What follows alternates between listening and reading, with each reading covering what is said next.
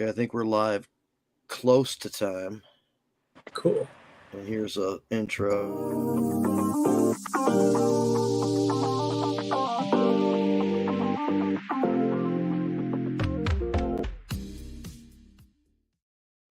All right, we'll roll with that. So I did want to, here comes Jim. Obviously, post Hash Bash weekend, we have a lot to discuss along those lines. And I got some picks and stuff like that. And we have major participants, contributors, coordinators here of the activities this weekend. So we'll be able to cover a lot of ground. I did want to kind of start off with recognizing that Robert Platzthorn, Black Tuna, nationally, internationally known advocate, well-known smuggler. Better known smuggler than an advocate. Yeah. Was in prison for 25, 30 years. Yep. Was out for 15 before he passed. During that time, he did the silver tours and appealed to a lot of seniors and educating seniors on cannabis. Did an infomercial style, so it was something familiar to a lot of that demographic, and it really reached a lot of people. He did a lot of fishing. He was supported by Truly, which is a big money interest, but they hooked him up pretty good. And he fell hook, line, and sinker for the industry. I mean, that was the greatest. He's one of those old guys who thought that the industry happening was the greatest thing ever. Truly could make no mistakes. The fact that they had 100 stores across Florida was a great thing. Everything. I mean, he was a sales guy. He was in it. He loved it. And they'd carry his product. He'd do a drop, and they'd be sold out by the end of the day. And not even a drop in all the 100 stores, just in different locations. And people would show up to see him at the appearances and stuff. Yep. And he had some stuff going on for his last 15 years. I'm happy for him in that regard. So Marlena has joined us too from GLEN. Hi. Jim starts off the show with us. Latricia starts off the show with us. After obviously Mr. Hash Bash here, Adam, and Rick start off the show. He's not with us at the exact moment, but we're all here. We're talking about Robert Platzthorn, the smuggler. Other accomplishments, but tragic in terms of just that he had to spend so much of his life in jail over this stuff, over having poor policy and all the trappings that come with it. So, but I'm glad he had a last 15 years with some stuff going on, with stuff he could accomplish. And he felt great. He really was thrilled with what he was doing. He almost, and I only speak as a former inmate, but almost as much as he was so excited that it was almost like it was worth it to him. Like, I did 30 fucking years on this shit, and now I'm finally made it. Yeah. I'll be right back. I'm going to have somebody open this for me. I'm a weekly. I'll be right back. Okay. So, anyway, he's on our show. He's been on Medical Mondays. He's been in Michigan. He's spoken at Hash Bash. Yep. I think I got a picture of him, an old picture of him to bring up a little bit later on. I got a bunch of pics. He helped Stacy. He helped Stacy put together that fishing. Yeah. thing. Yeah, we talked about that on here. We had you on the show and Stacy and some others during that thing. Yeah, that was cool. I mean, I met some real criminals. That was really cool. Yeah, there's some that we don't know about out there, that's for sure. There sure are. And we would think those are the lucky ones. But these guys now, they feel vindicated. Michael Thompson showed up at Hash Bash, speaking of somebody who's been in prison for 25 years. And he just really wanted to be there. And I appreciated that. And he did a great job of discussing all those issues and stuff. But this point is giving a little bit of tribute and recognition and thoughts to Robert and Platzthorn, Black Tuna, and his friends and family and cannabis community that he affected, and just little recognition. So, does anybody else want to get in on that before we get into some hash bash stuff? Well, look, I met Robert Platzorn a number of years ago. He always had a smile on his face. I read his book. He signed a book for me. I actually offered one of his signed books at one of the auctions that we did one time. He's never turned down a hand offered in friendship. And as far as I'm concerned, kind of a loss to the entire community on a national basis. I know there are people out there that don't appreciate the value of some of the old smugglers, especially those who didn't just smuggle cannabis. Some people want to hate on people that smuggled cocaine or other things too, but Platzorn was a big figure in our industry, not just in Florida, but nationwide. And Bobby was missed. He is missed right now. Agreed. Hopefully I can get to that picture that I was talking about. I'll try. I always screw something up when I start doing that, but I've got some stuff here I think that will make it through. Man, I really had a great time this weekend. Adam, you once again, man, really knocked it out of the park with the cup. I had a blast there. And look, I'm not in handcuffs. That's a nice outcome. It is. It was a great time.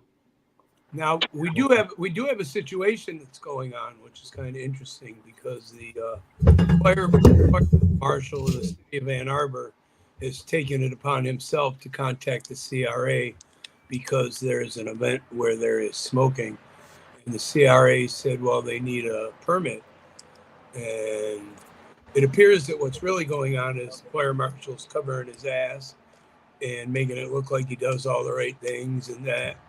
This, that, and the other thing. This year he sent us a letter just letting us know that he contacted the CRA last year and that they said that we did need a event license, and he was wondering if we could provide it to him, and we never did, and he never even came by. So he's just covering his butt because he thought it was his department. Well, yeah. We explained to him that the CRA doesn't handle caregiver events. He doesn't quite understand what the CRA does.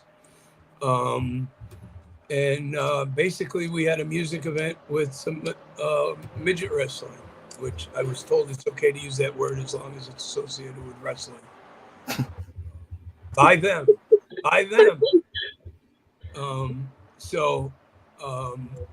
That's what we were doing here.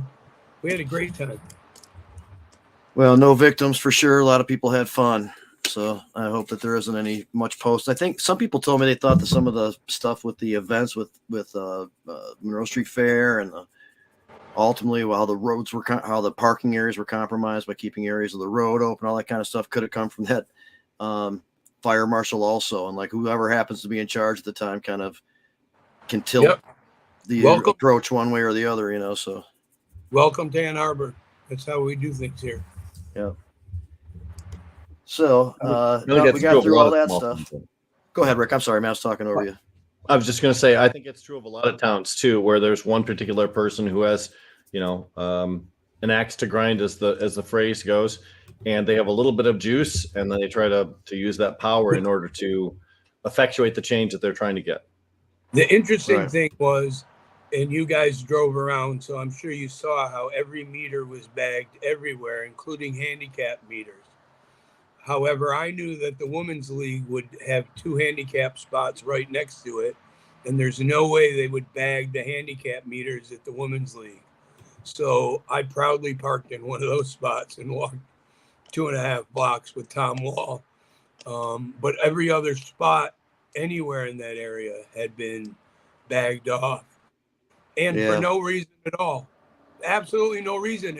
Those aren't lanes of traffic. And the scenario with the spring game and Monroe Street Fair and Hash Bash all going on at the same time. It's happened a few times before without this bullshit. It doesn't make sense. Well, I will say this, and I don't know the answer to the questions I'm posing, but this very this very well may have to do with the date Charlie put his request for his permit in. Okay. And that's how the city reacted. I don't know. I don't know when he requested his permit. If it was last week or last month, they were busy and were trying to turn him down. There's so many things that could be going on. I kind of, without knowing for sure, got the feel that it was opportunistic, maybe trying to leverage for some more funds from police and maybe other agencies. Instead, they lost all that parking revenue because they Yep. weren't ticketing cars everywhere either. That's the other thing. They weren't towing cars everywhere either. No, Wasn't people did that find busy. parking. It wasn't as busy as they said it was going to be. I parked right next to the event in the ramp. Right. No problem. Yeah, so it was kind of stupid, but really we all got through it okay this year. I mean, and that's cool. I appreciate that. Still, a little irksome, I guess, in some ways, but I think the Monroe Street Fair, I just heard some stuff. I guess it'd be probably better to speak with people who were there all day and Charlie and so forth. But I mean, not having the music and some of the other stuff seems like it might have been a little compromising. Well, that's what started the event was music. And having it at the after party kind of, and a place to go for other people, right? What started the Monroe Street Fair was the city coming out and saying you can't put a band on the upstairs balcony without a special event permit. Meaning at Dominic's at the time? Yeah, we used to just go sit at Dominic's afterwards. And people would wait in line and get their food. It's a really good seasonal restaurant in Ann Arbor on Monroe Street where this takes place. They'd sit on the patio. They'd sit in the garden in the back. I mean, it was huge. And one year, the cops rolled by and said, you got to turn the music off. Get a permit. And the next year, Charlie had the permit and set a stage and, went from there. It's only grown. But it was music that caused it to cause the cops to look at it in the first place. I know Charlie's been on programs before where he said that, COVID prevented them from being able to have a stage. They couldn't really, aggregate people in front of there. It wasn't really safe. And that Monroe Street didn't go for a couple of years for vid reasons. And maybe it's a little tough to get back to the swing of things the way they were before. But I will tell you that the stage was good, not just for music, but also for speakers. Sinclair spoke there. Tommy Chong spoke on that stage. Many different musical artists have been there. The comedians. It was really a big, a big accent to the whole event. So here's the other thing, that I used to tell the cops when they shut us down on the diag at 1:00. You just took my control of the crowd away. Now you got 10,000 people standing there and nobody to control them. So one of the nice things about having a stage with a PA system is that in an emergency or just in case or whatever the case may be, you can communicate with the crowd. The fact that you're providing entertainment shouldn't be reason to get rid of it. To me, it was a big blow. But at the same time, there are people that showed up at 3:00 in the afternoon, went to the Monroe Street Fair, and they will tell you how much fun they had at Hash Bash and what a great year it was, even though it was raining. And they can't wait to come back next year. Mm-hmm. Yeah. And they were 3 hours late, but we hear that all the time. So, hey, when does Hash Bash start? When does it start? Yeah. You mean what day is it? It starts at high noon. Right. That's my favorite question, though, is when's Hash Bash? Yeah. Day and or time, right? The very popular question that we got on our social media accounts was, is this 2 days? Is this 3 days? The rumor is it's 2 days. That was one of the most. And then, of course, there were quite a few of when does hash bash just Well, splattered that everywhere, but couldn't figure out stuff. That always amazes me that they were able to get that electronic communication to you via their fingertips and a keyboard, but they couldn't go to this new thing called the Google and type that information in and find it out for themselves. That is so unfortunately common. Mhm. Tony says Thursday before, and really maybe now we can say Wednesday because that's when you can start doing the treasure hunt map. Yeah. Oh, listen, I came home from dinner the other night. I'm sorry. I'm still living in the hotel. I came back to the hotel and there was a cat at the front desk getting his Yeah. map signed. They didn't know what the hell was going on. Well, my event ends on Sunday at 6:00. Right. No, I got it. So they show up at the hotel, try to finish it in time to submit for the bigger drawing that we're going to do Right. here in about 4 minutes. Marlena is here to assist with that, and looking forward to that. Let's talk about that just for a minute because we are going to segue into that drawing. The response was exponentially better than last year. Last year we did okay. This year we did so much better. I want to say the total's like 25,000 plus. I'm sure Marlena might have an exact number, and it has to do this jump. It was going to be better no matter what, but this jump has to do with tying it into the Hash Bash Cup. You think so? I do think so. The fact that it's also a ticket to get in was a bonus for many people who picked it up. I guess the question would be, Adam, how many tickets were redeemed at the door for Hash Bash Cup? Well, I'm proud to tell you that I knew that question was coming, and I set this up in such a way that only the people who had their things signed will know, because all we did was sign it and give you a wristband, and we didn't put it in a separate category. We didn't, unlike I can tell you how many of the tickets that were given out during Jazz Cabbage were used. I can look at that because you were given a code we used, and that keeps count. We did it a couple of times, but yeah. Right. Okay. Well, cool. But I do know that was something that was appealing to a lot of people. $40 map. I know we saw a fair amount of them because I had to instruct my staff what it was about, and they said they did see a fair amount of them. So that's a great result then. And I'm not belittling all the work that everybody did to get those up and running and the art on it and all that shit, but the tie-in was very helpful. Well, I appreciate that because I didn't know how that was going to go. I'm happy people who walked around the city of Ann Arbor felt the need to purchase it to then come out here.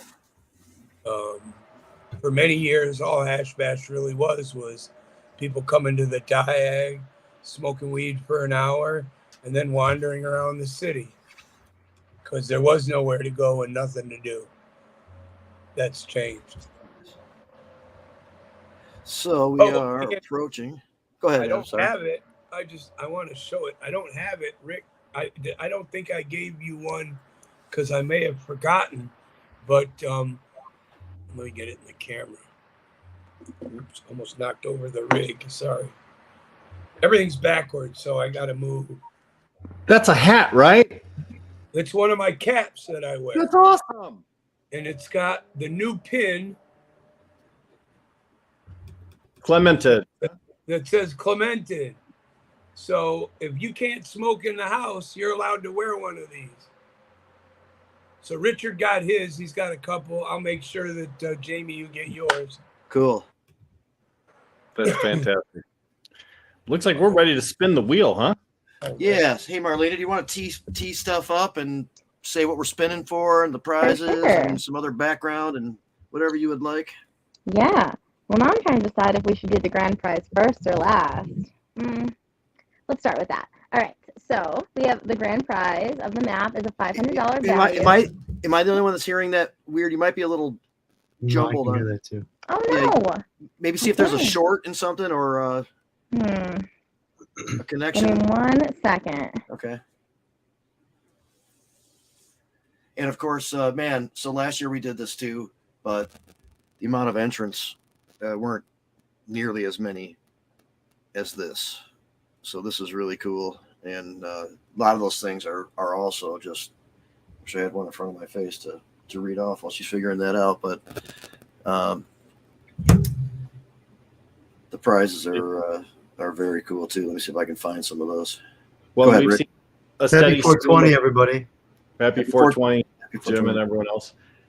We've seen a steady stream of comments at the bottom of our screen that's been provided by Jamie, which continually say the cup was awesome, that the Hash Bash treasure hunt was awesome. The two of them together was awesome squared. So, I mean, we're really looking at a successful combo here. Congratulations to all involved in the roles that we all played in making it happen. But congrats to Josie. Sorry, is this working? I Yeah. just want to make sure. Sounds That's a lot great. better. Yeah. Okay, dope. Sorry about that. All good. But go back to praising Josie, please. Oh, well, there's lots of time to do that. We're missing our 420 opportunity to spin Okay. the wheel. Okay. All right. So this is for the grand prize. Ooh, right for the grand prize. Do you think I should start opposite? What's that? What Yes. do other people? Opposite. Build up to it. Okay. Let's do the fourth place prize. Okay. So this is a $75 value. This prize contains a limited edition hoodie, swag from your favorite cannabis companies, a mystery glass piece, exclusive smoking accessories, Hash Bash memorabilia, and more. Ooh. Yeah. All right. Love that. Tell me when. Spin the I'll wheel. All right. Come on. Yeah, there we go. Good. Glad it worked.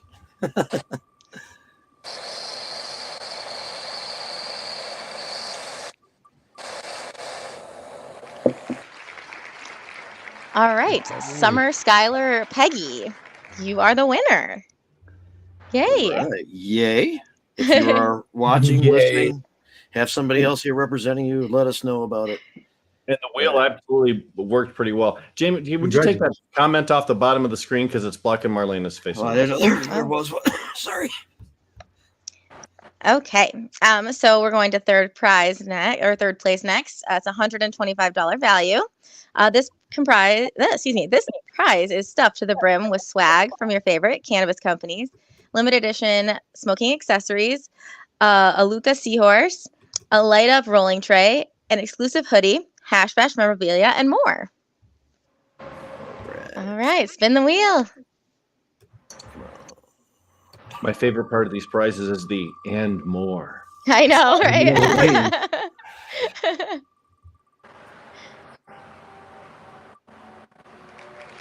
All right, is that Jonah Zook? It is. Or Zook. Yep. Way to go, Zook? Jonah. Zook? Yay, again.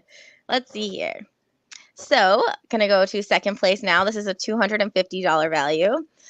This prize contains everything you need for a great sesh, including a one-of-a-kind locally blown glass piece, a customized tray set, a premium grinder, rolling papers, a Luca seahorse, an ashtray, a limited edition hoodie, an exclusive t-shirt, an assortment of special swag from your favorite cannabis companies, Hash Bash memorabilia, and more. For second place. For second place. Second place.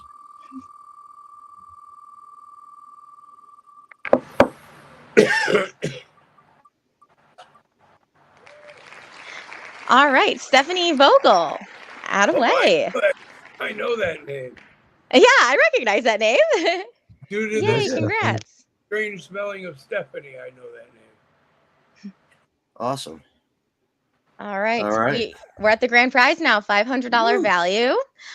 So a weekend getaway for two to Tree Town. Spend the weekend relaxing in Ann Arbor. This prize includes your hotel accommodation, a luxurious dinner for two, a customized tray set, a mystery glass piece, special swag from some of your favorite cannabis companies, Hash Bash memorabilia, goodness, that's so hard to say, gift cards to your favorite dispensaries, a tire of Winewood Organics, and more. So lots of great stuff in there. A tour of the, Winewood Organics is a micro business that's self-contained, growing, processing, and retail. So a tour of that facility comes with that, which is really cool. So we're ready? Grand Yes. prize. Ooh, Here we let's go. do it.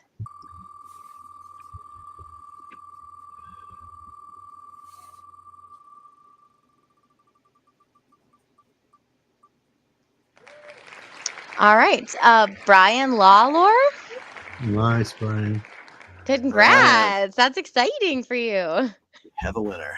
All right.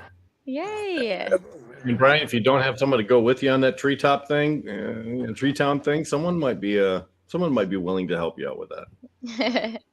It did include a hotel room, Rick, just for the record. Well, not for me. I mean, put it out on Facebook. You get a lot of people that would love to jump in on that. There you go. I just didn't want you to put yourself out there like that. Thank you, Adam. Saving me again. What a fantastic, fun contest this was. And Jamie, that big spinning wheel thing worked perfectly. That was really cool. That's fun. That we did that thing last year, but we did a special show for this drawing, and that was Josie's. I'm sure somebody had to like input those names and do all that kind of stuff. Marlena might know the background on that, but yeah, I like that too. And it was just sent to me though, and we just got to use it. Yeah, I think Josie just made it. That's cool. So I'm catching up on a couple of these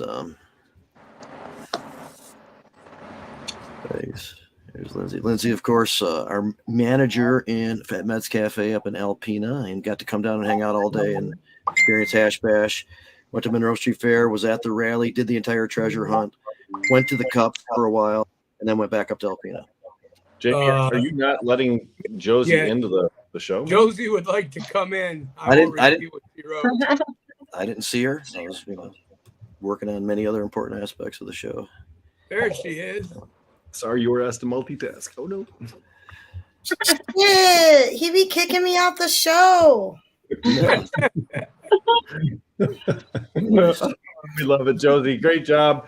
The Hash Bash treasure hunt and your combination with the Hash Bash Cup. We had a lot of comments earlier today. I don't know whether you were on the show at that particular time, but a ton of people said that it was a great combo. It was a blast. One led into the other, and they really enjoyed it. So congratulations, you and Adam, on a successful collab there.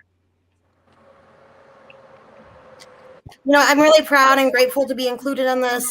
Hash Bash has been around for 50 years. And the idea of making something new out of an event that has been going on for so long was difficult.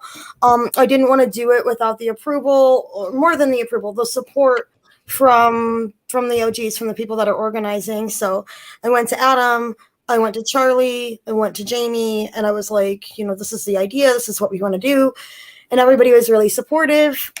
We had an incredible team this year. We worked with Pink Sesh to create the content for it. So if you see unusually great pictures of this or the reels out there, shout out to the girls for doing that. Rick wrote us a press release, which I'm really grateful for. We sold 620 maps in total. And then that's $25,800 worth of sponsor money. So I'm super Our winner's here. I just want to point out. Congratulations. That's awesome. Yes, congratulations. And Josie, tell everybody where that 25K is going to go, because it's nice to raise money, but it's even nicer what you're going to do with it. Yeah, so we're the state's only fee-free full-service expungement program. The best thing about the program is we know exactly how much each client costs the day that they apply and how long we'll have them as a client. So we pay $500 per application for standard expungements, which is everything but misdemeanor, possession, paraphernalia, sale of paraphernalia, usage charges here in Michigan. And so we pay $500 each application, but people have an average of like 2.7 applications each. That just comes from adding all of our clients and dividing them by their applications. So we're spending $1,350 on average per client. So when we do an event like Hash Bash and we get 30, 40 applications over the weekend, well, then how much money did we really raise? And how much money did it cost us to be there, right? And so we wanted to do two things. One, we had to get serious this year about fundraising. So we're coming off of a pretty big high from the Hash Bash, from the sneaker ball, which was $56,420, and into the Hash Bash treasure maps, which is $25,800, for a total of $82,220 in the past 3 weeks. Wow. Oh my God, man. That's awesome, girl. I am So so cool. proud of this. Yeah, that's awesome. How do our winners claim these prizes? That's a great point.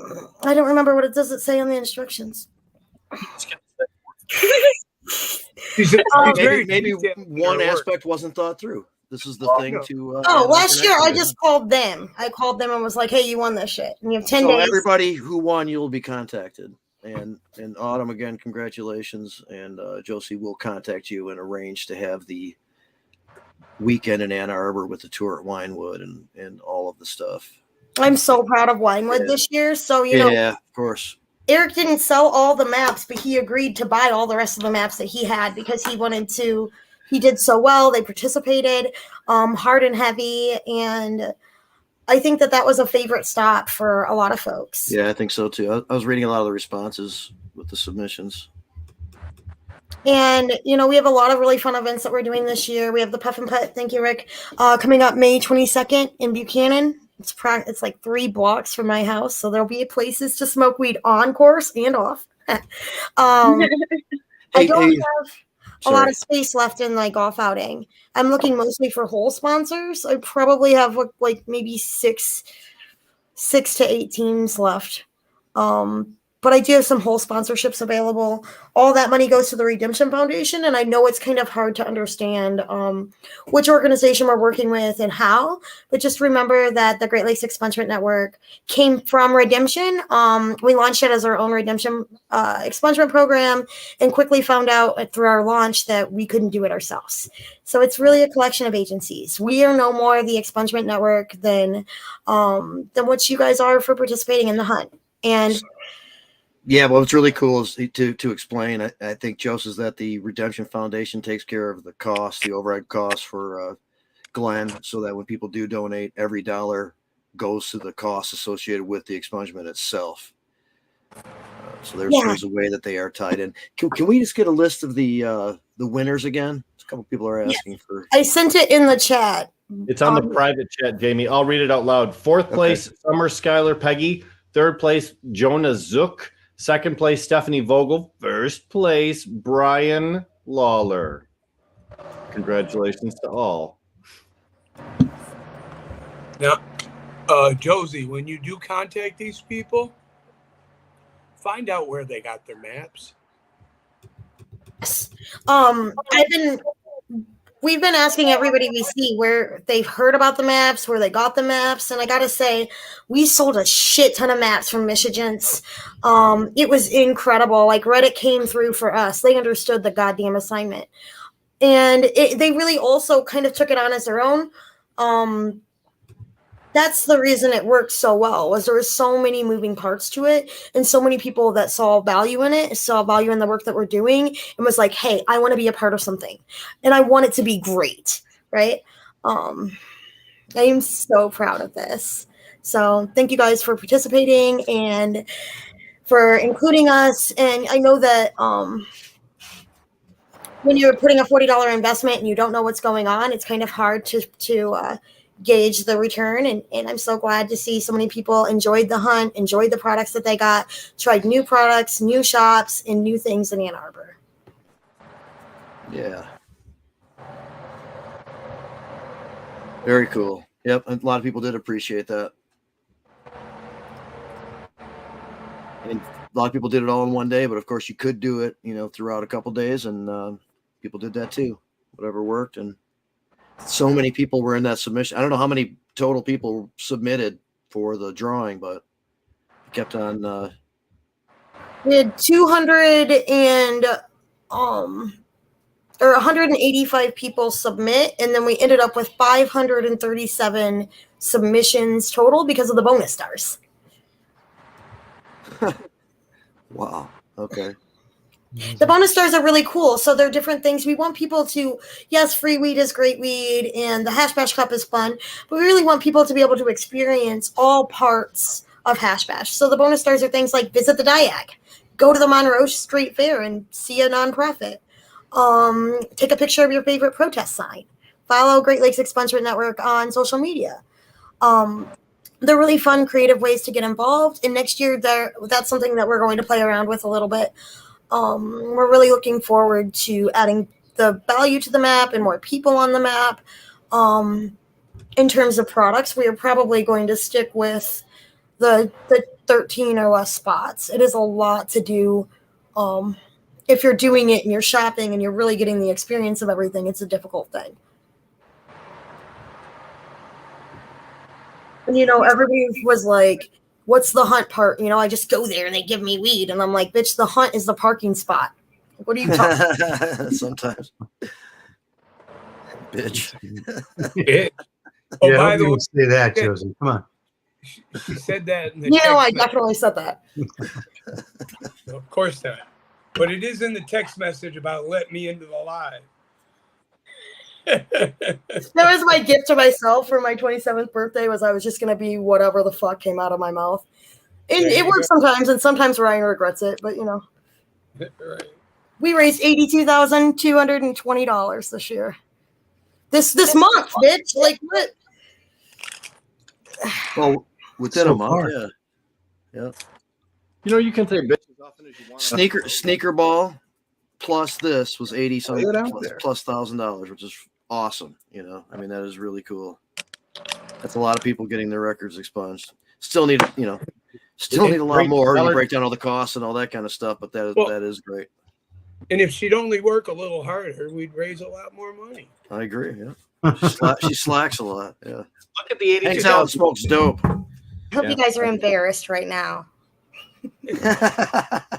dollar number, and $82,000 is a lot of money. But what you really should be looking at is the number of people that participated in these things, both the sneaker ball, the hunt, all the different events that are going on. Every one of those persons got a chance to learn about Great Lakes Expungement Network and to participate on a greater level in something that's positive that's generated by the cannabis community. So, I mean, the money's great. The community that's created, and Adam talks oftentimes about community, and this is the way that community is created. If I'm anybody to say anything about it, when you get people together for a charity function, that's when they bond. They really do. These events that we've been throwing consistently are just like the same people that love us and respect us. And so to throw something with hundreds of people that I don't know me, that don't know the team, who only know that they like good weed, free weed, and expungements. It's amazing. I'm so proud. I am so fucking proud of this project, you guys. Rick Anstis, who helped out with Hash Bash, who spoke at Hash Bash, who I presumably had a good time at Hash Bash, also was expunged with Great Lakes. Got his records expunged with Great Lakes Expungement Network. And Rick is doing our golf outing with us. So I'm so excited about Also that. does events, really good events. Yeah. And that's a good parent. It's JOSEY for those, but the intention is understood. And I love Mark. He can call me whatever he wants. yeah, but he wants to refer to you with the proper spelling, I'm sure. As Doesn't is make always, it- Josie like whales, not Josie like the Pussycats. Right. Yeah, but like does that not one. take away from Mark's great intentions of pointing out, how much he appreciates you. People will email me. In order to email me, you have to type my name in, and then they'll still spell it different. Inside. I'm guilty of it for a long time, and Yeah, Jamie does this today still. Somebody Okay, walked up to the table right when I was talking to you, and walked up and asked you if you were related to so and so Scroggins, who's an MMA fighter. So that's the other common one too. Instead of Scoggin, people say Scroggins or Scoggins. Yeah. I feel like Ellen though, like just one name is significant. It is. But share. What was your favorite part of the hunt? What was my favorite part of the hunt? You know what? It was going to this year. I think it was going to House of Evolution and meeting. Was it Rebecca? What was the name of the person there? The owner? Yeah. I don't know. I was busy buying weed. Shout out to Allie, I've been was shitty with names all weekend on Medical Mondays last night. While introducing people at Hash Bash, the whole thing. So I probably have it wrong, but I really did enjoy meeting her and the staff there, and we got some great shit there. And I liked everywhere though, but that kind of stood out to me a little bit. Go ahead, Joe. The fucking donuts, bitch. She's right. The donuts were so cool. Well, they were, and Oh. when we were in the parking lot, maybe we don't need to talk any further, but significant of the establishment. Hey, came don't be out a cop about it. Something and- really cool happened, and it was awesome. And it was the coolest thing that's ever happened to us. Thank you, gentlemen. Very cool too. It was Yeah, it was fucking great. awesome. You can DM, we'll tell you. But it was so cool. And the best thing about the donut spot is, he messaged me. Originally, they were going to do any donut, and then somebody had told him that it doesn't really matter how far away you are from the Diag on Hash Bash if you're selling fucking donuts. Like, people are still going to come buy donuts from you. And he wasn't prepared for both the treasure maps and the regular Hash Bash crowd. So he was like, listen, what if we do cinnamon sugar donuts, and we do 2 instead of 1? And I was like, yeah, like literally just having you involved would be incredible, And he's like, okay, great. Everybody that got those donuts they couldn't resist. There's 32 other kinds of donuts. Got a dozen donuts in their own. And so I'm so excited. And they're going to do it again next year. So everybody that participated this year is eager and ready to participate again next year. We're really excited about it. We got a lot of really great ideas. It's pretty cool to be able to have an event that is meaningful, that is authentic. Authentic meaning the people behind it care about both the community and the industry, Also, we smoke hella weed. All the organizers be smoking hella weed out here. And you're the Cecil's cleaner is being pointed out. I got to meet Cody this weekend. He watches the show a lot of involvement in the community and everything like that. So that was kind of cool too. That happens at these events.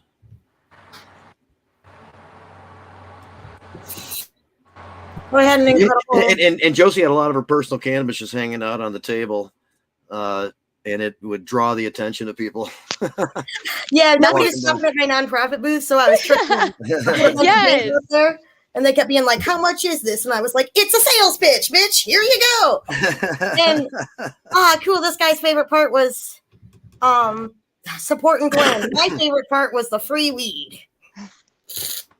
Yeah. Oh yeah, and some people did like minor inconvenience. Vertex closing early on Sunday, I think, showed up for some people as a thing. But that's the one place that had a discount on a product and then would donate proceeds from that sale also back to.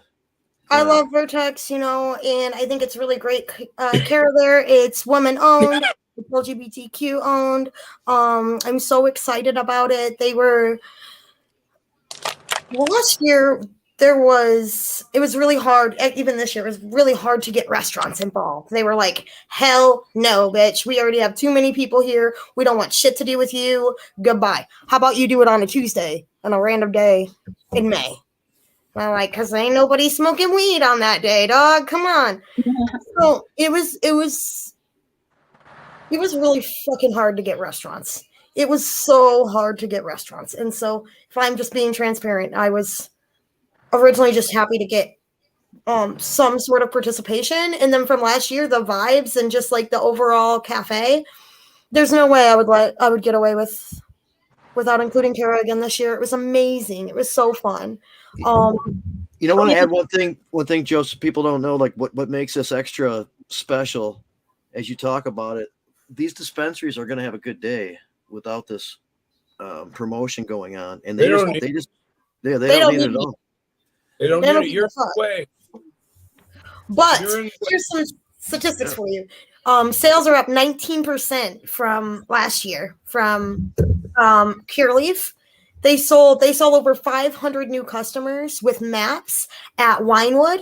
They saw over 500 new customers with maps at House of Evolution. These are newer dispensaries. They've been established for 10, 15 years. Great. Riverside, being our only spot to pick up online pickup, saw over 300 new people. That place has been around for 10 fucking years. And they saw 300 new people. The ROI is in there. And it's so hard because it's difficult for me to enunciate or determine what that return on investment is for other projects, right? I don't know how many people are going to buy your weed here if it's not priced right. I know there's buyers in existence out at my party or whatever it is. But with the maps, the ROI is built in the whole thing. People see it. In fact, they see it to the point where they're like, damn, so sick of these goddamn maps, Josie. All day long, it is just people in their maps. Right. And on Hash Bash Day, you're just in the way of people that came in with money in their pocket. Because a lot of people, all those people you talked about that stopped in, not all of them picked up something extra, but they all got their map signed, and that's just getting in the way of a customer. And it is a hassle for a retail business to take on extra instead of money. I mean, so I can see why some of these guys might not want to do it. But when you get a couple hundred new customers walking through your door in a day, only 10% ever have to return when you're successful.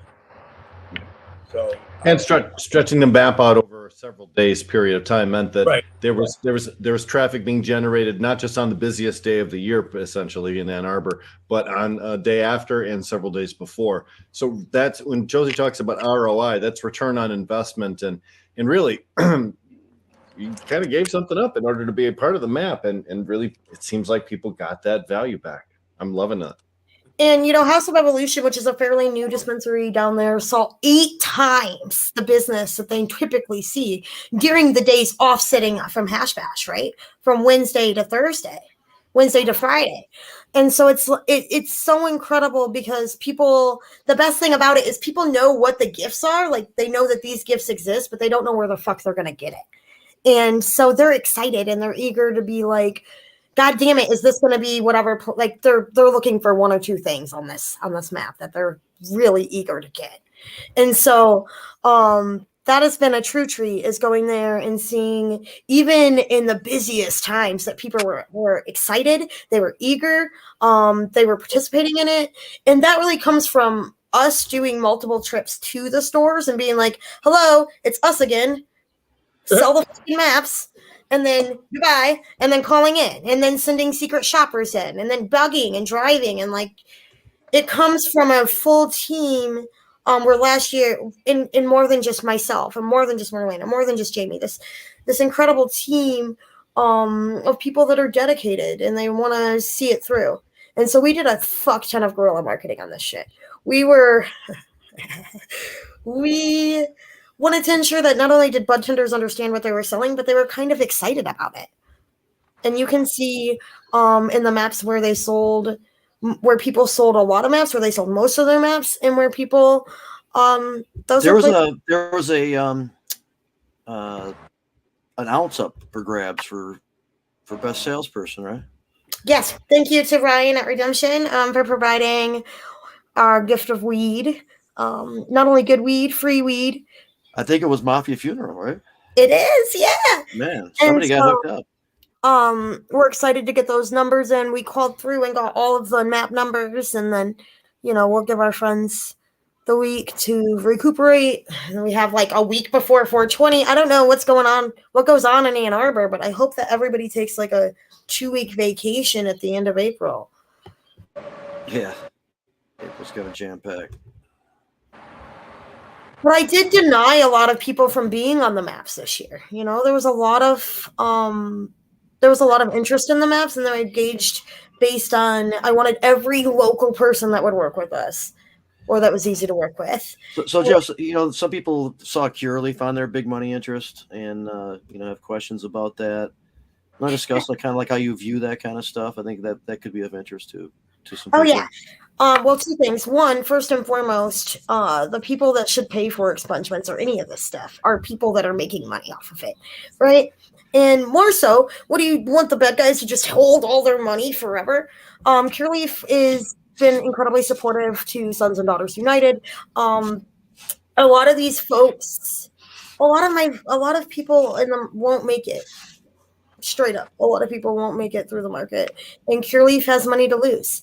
And so it's important that, first of all, we would never have legal cannabis without corporate cannabis. Nobody was going to legalize weed unless we tried, unless you could make money off of it, right? And then not all corporate cannabis is bad.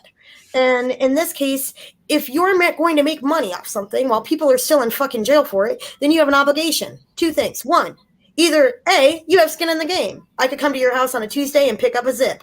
Or you went to jail for this shit, right? Or two, you put your goddamn money where the mouth is. And so I wanted to make sure that the people, if I was going to take on an MSO, that they're giving us real money. Not $4,000, not $5,000. I've gotten over $30,000 from Cureleaf in the past almost 2 years, but not full 2 years. $37,000. That's incredible. It's a consistent investment into the community and into the program that they don't promote on their own stuff and that we don't promote for them, right? I just do it maybe out of obligation, but also because they understand that the program is necessary. It provides real results. And if I'm obligated to do this, then at least let it be something that means something, that lasts longer than today, that lasts longer than tomorrow, that lasts generations, right? Because that's what this does. Expungements is never about, hey, I want a better job today, or hey, I sure deserve safer housing. It's my goddamn kid deserves a parent, and one that goes to field trips, and one that can co-sign on a loan, and one that can get them, college loans, for fuck's sake, generational wealth, the ability to go to school, And Joseph, would you say, especially in a state that has obviously just gone nuts with arrests and like overboards, there are a lot of people in this position that you're talking about. It's a common occurrence, a big thing that needs to get corrected for a lot of people. Yes. And so I also have Mission on there, which was formerly OWN. And so I wanted to have all of the local spots, and then I wanted more than 6. But what I wanted to be sure that if these people were going to be multi-state operators, that they were going to donate to the program consistently outside of just Hash Bash, that we already established a relationship or a partnership prior to that. And then also that their gift was going to be dank, right? And so remember what Cureleaf gave, which was 2 gifts, and they've arranged for both of them, bought them themselves. Archive hash rosin, shout out to Archive. If you love good hash rosin, you love Archive. That's just good math. And that's how Jamie discovered Archive, is through the treasure hunt last year. And they also did 1906, another cool creative product. They're plant-powered pills. Shout out to Mason and all of our Christy, who actually did the hunt themselves, and all of our friends at 1906 for continuously supporting us. But again, remember that 1906 is also an MSO. We are so proud, and so I think also those are harder places to get. It's really easy for me to convince my friend of 10 years that what I'm doing is cool as fuck.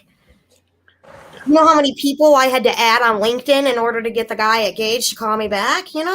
Like it's a long game, but we're going to do it. We are going to expunge so many records here in the state of Michigan. We are going to change people's lives, and we're already doing it. And we're going to continue to do it as a partnership, as a community. And then, we'll be on this show and we're like, oh yeah, we're with GLEN. And it'll be everybody we talk to will be like, yeah, I love GLEN. This is all the shit. This is all the ways. Because remember, 1 in 4 people have a criminal record here in Michigan. People with criminal records are not and will never be bad people. They're people we love. They're brothers, uncles, preachers, doctors. They're your best friends, Dog eating contest aficionados. People deserve better. They deserve more. And we can give it to them through things like this. It can be fun. Fundraisers can, believe it or not, events can be cool. They can mean something. And the purpose can be more than, hey, I think I can make money off this shit. So, Joe's, you mentioned just a few minutes ago that you'd said no to some people who wanted to be on the map. And it's not because you're trying to hate on those particular companies. You decided, and you talked about this earlier, limit the number of places that you ask people to visit so that it's easier for people to complete a map and they can then be part of that whole big wheel spin that we did earlier today. And there was a logic behind it, and it'll be a logic why you unfortunately won't be able to take everybody that wants to get in on 2024's map too, right?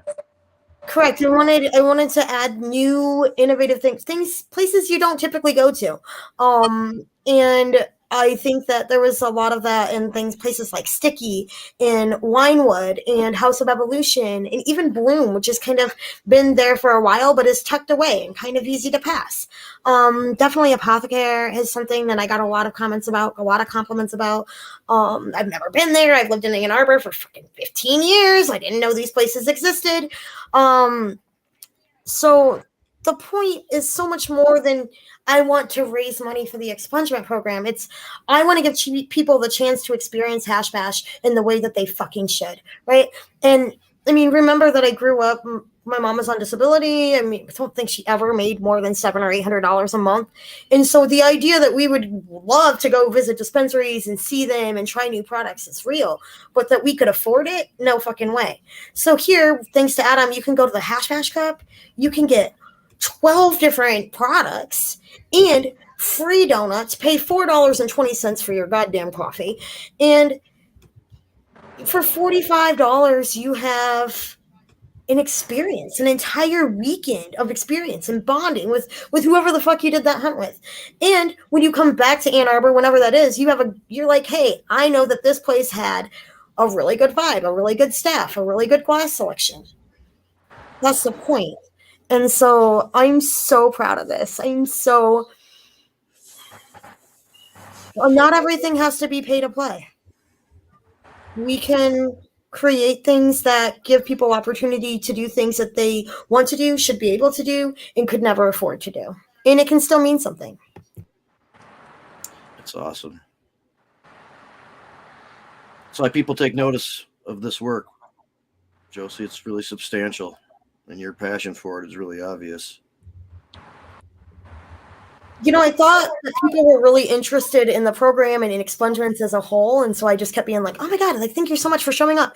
And then everybody I talked to would be like, yeah, dude, you're doing my brother's expungement. Yeah, dude, you're doing this guy's Yeah, it was never a coincidence that they were fucking there. It was somebody else whose expungement, who saw this, because we're all in the same algorithm, right? We're all in the same fucking community.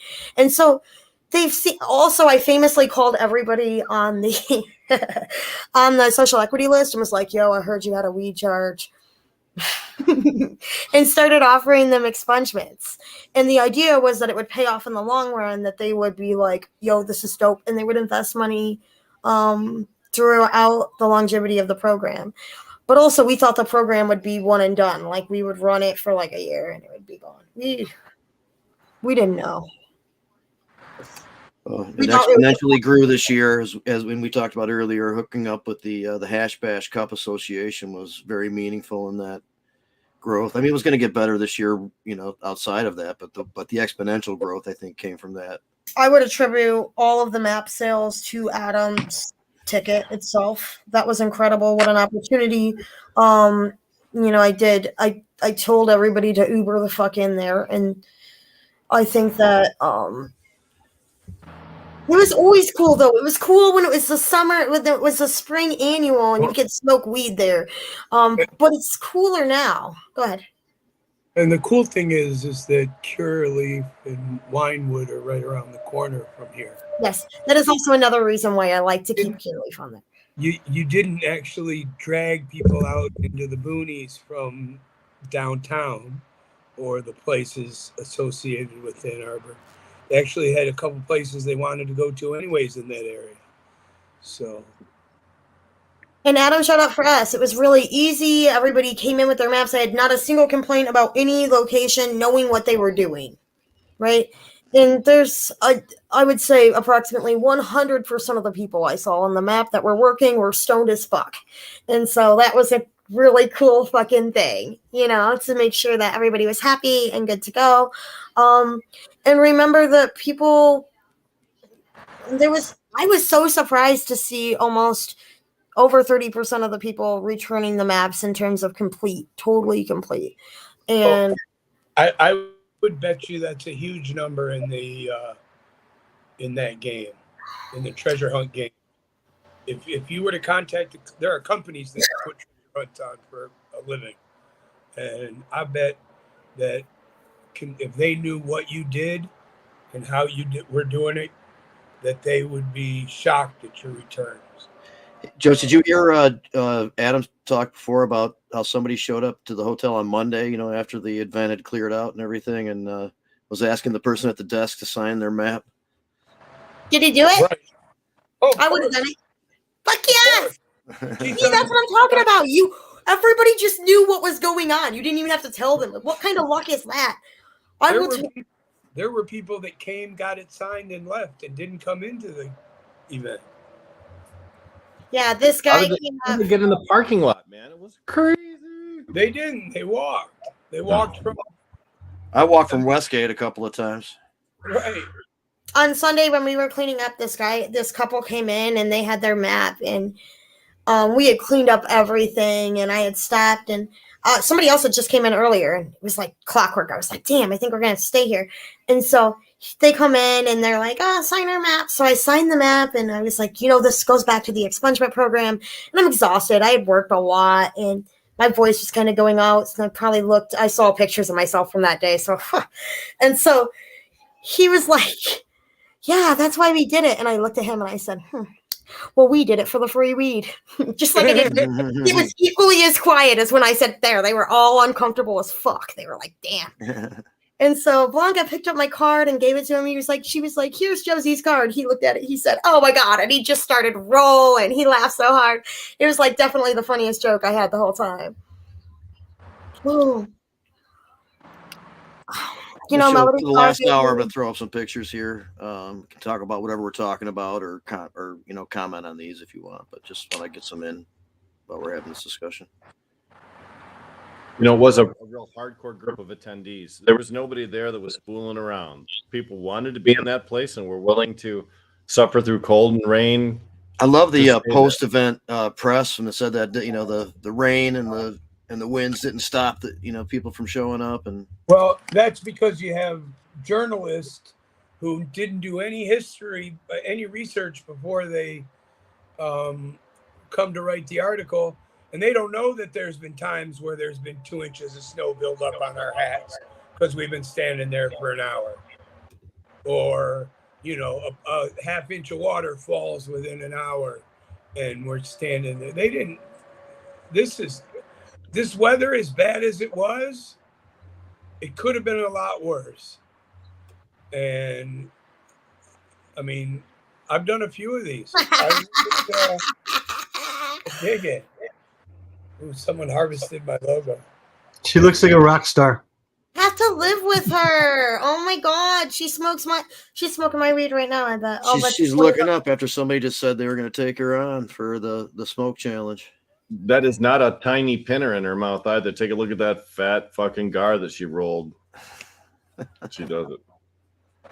She's a good mascot. This is at the cup at the GLEN table. Yep. She was there a lot, supporting Josie as usual.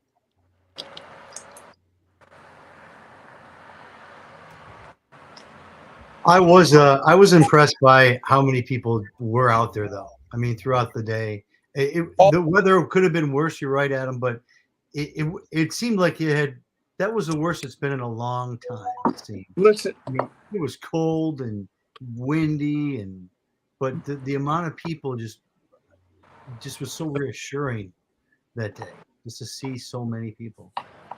Jim, I'm going to tell you, the weather never matters. People ask me all the time about Hash Bash. And I'm like, it doesn't matter what the weather is. You wake up that morning, you dress appropriately, and you go out. And that's what people have done time, And Adam, there's been a torrential down, it was kind of like shitty out, but right. There's been total torrential downpour. Total torrential downpours. I mean, listen, I'm not, there's no way I can say this without it sounding like I'm going after anybody, but I'm not. It's an observation that I made. And that is, when there was a group actively arguing against people showing up, hundreds of people still showed up. And people just show up. This event has a life. it has its own Right. kind of a And it means something different to everybody that's there. right on.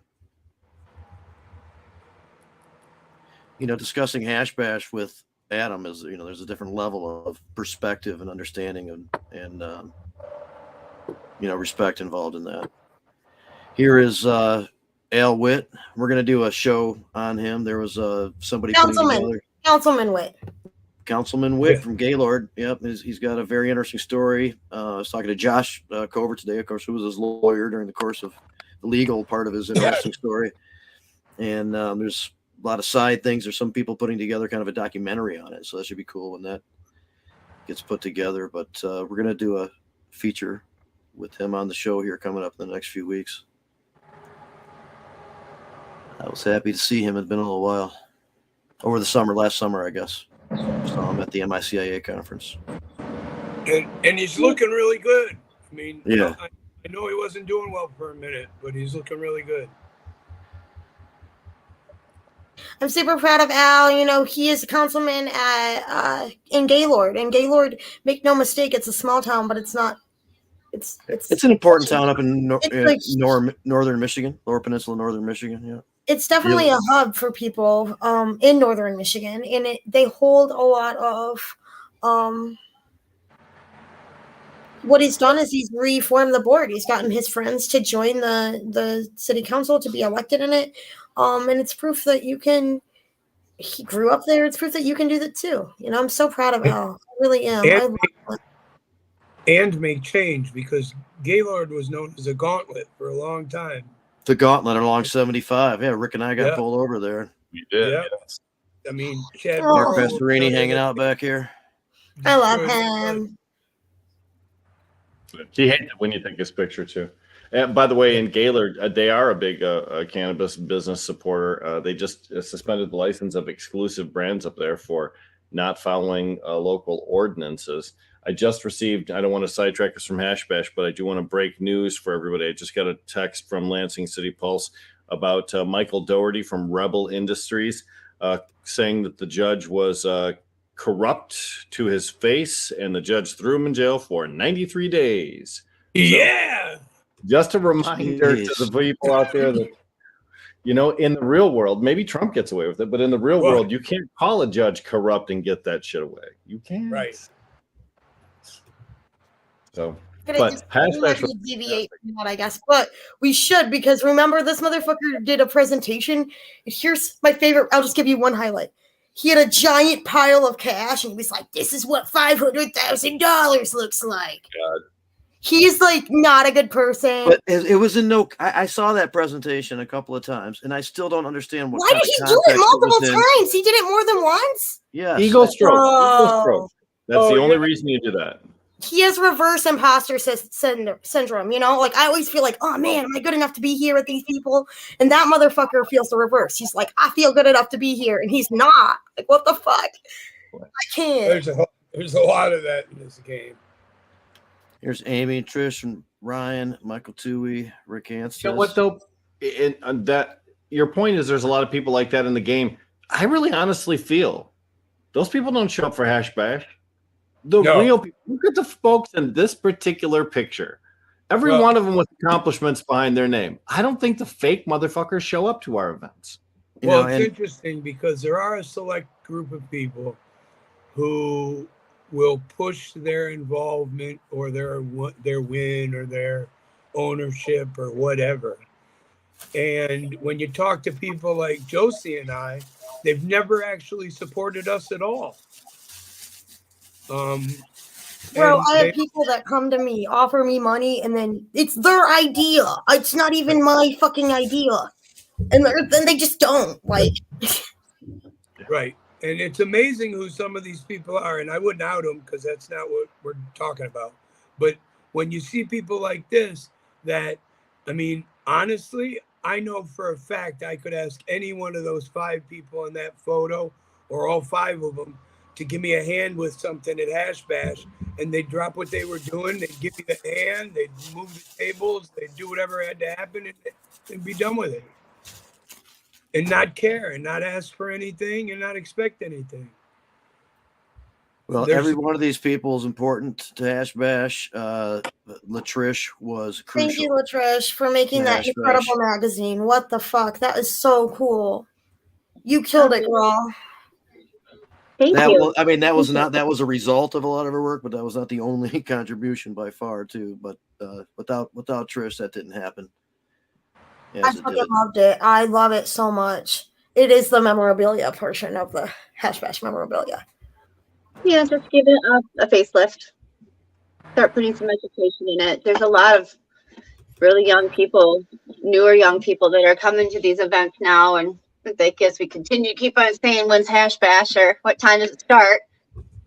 A lot of them hear about it. Right, yeah. Well, a lot of them hear about Hash Bash from a different perspective of somebody else. So they'll say, well, you know, we showed up and we went to this fair, and then we went to the cup, and then we went to this. And so they kind of attribute everything together. Over 100 Well, people so that did the hats said that it was their first Hash Bash. Right. Yeah, there's quite a few too on our social media accounts too. So it was, I could say, they're not just, it's refreshing because they're excited. Like we were, you know, we're going to our first Hash Bash and seeing everybody there and just like taking it all in. Of course, it's not the same, you know, when I started going to Hash Bash, it was when these kids are, because of all the social media and things like that. You spent more time looking at each other and talking to one another. But I feel like more and more we start to innovate this process. You can get a lot of people who have, like, I wanted to try to do some interactive like situations too eventually. And it's just more incentive to get people there to come and learn about cannabis and the history and the people who made it happen. Brian mentions the police used to stand in a line around the crowd years ago. Yep. About 11:30 at Hash Bash, two police officers and a representative from the university come up and ask for leadership. And so a little conclave of us gathered together to be able to discuss with them whatever their issues are concerned with. And of course, there's just a lot of activity that's normally not tolerated at a Hash Bash type of a thing, but was very flagrant and open going on right there. Their only concern was about the weather. Adam, They didn't talk about anything. The weather. Did do you remember watch the days? video of the I'm dude sorry, that go ahead, kept Trish. screaming? Did you guys see the video of the dude that just screamed the entire time during the whole event? that's Tommy Did you go on Spaghetti. TikTok? Go on TikTok and you look up Hash Bash, and there's this dude. He's like on every video, just So screaming his head off. first, Adam, I want to talk about him in a second, but Adam, Yeah, you've we seen will. Hash Bashes where there's been 200 arrests, and in contrast to like, well, it's kind of a free for all today. You know, that's Yeah, I what mean, Rick was trying to bring up. I think.